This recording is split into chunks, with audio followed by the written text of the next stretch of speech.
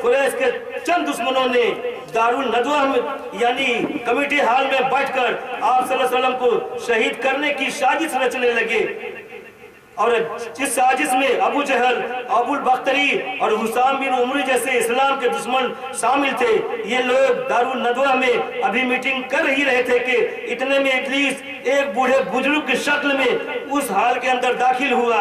उसे देखकर वहां मौजूद तमाम लोग हैरत में पड़ गए और वो कहने लगे कि आप कौन हैं? इब्लीस ने जवाब दिया कि मैं शेख नज़्द हूँ, मुझे तुम्हारी इस मीटिंग के बारे में खबर मिली है, इसलिए मैं यहाँ आया हूँ। मैं तुम लोगों का बही ख्वाह हूँ, मुझसे कुछ न छुपाना। लिहाजा मीटिंग की कार्रवाई शुरू करते हुए अबुल बख्तरी ने कहा कि मेरी राय यह है कि मोहम्मद को पकड़कर किसी मकान में कैद कर दिया जाए सल्लल्लाहु अलैहि वसल्लम। मगर इब्लीस ने इस मशवरे को पसंद नहीं किया। फिर हुसाम बिन उमर ने कहा मेरी राय यह है कि मोहम्मद को पकड़कर एक ऊंट पर बैठाया जाए और उन्हें इस शहर से कहीं दूर ले जाकर छोड़ दिया जाए। लेकिन इब्लीस ने इस मशवरे को पसंद नहीं किया। फिर आखिर में अबू जहल उस हाल में खड़े होकर कहना शुरू किया कि अहले कुरैश के हर खानदान से एक एक आली नस्ल जवान मुंतखब किया जाए और उनको तेज तलवारें दी जाएं और सब मिलकर एक साथ मोहम्मद पर हमला करके उन्हें कत्ल कर दें सल्लल्लाहु अलैहि वसल्लम।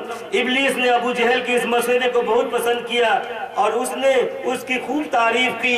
ये वही इब्लीस मरदूद था जो हजरत अलैहिस्सलाम के इंतकाल के बाद जब उनकी उम्मती का रो का बुरा हाल था तब भी वहाँ ये एक बूढ़े बुजुर्ग के शक्ल में पहुंचा था और उन्हें दिलासा देते हुए कहा था कि कब तक तुम लोग इस तरह रो रो कर अपना ये हाल करते रहोगे?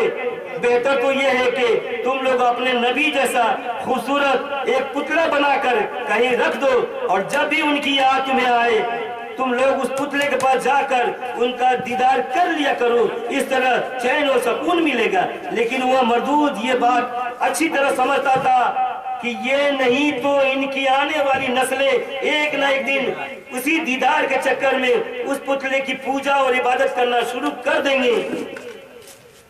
और वाकई में ऐसा ही हुआ था। इसी तरह जब हजरत इब्राहिम अलैहिस्सलाम को नारे नमरूद में डालने की साजिश रची जा रही थी तो वहाँ भी ये मरदूद एक बूढ़े बुजुर्ग की शक्ल में पहुंचा था और सबसे ऊंचे दरख्त पर एक झूला बनाकर हजरत इब्राहिम अलैहिस्सलाम को दहकते हुए आग के शोलों में फेंकने का मशवरा दिया था, क्योंकि ये मरदूद जहन्नमियों को जहन्नम में फेंकने वाला झूला पहले ही देख चुका था।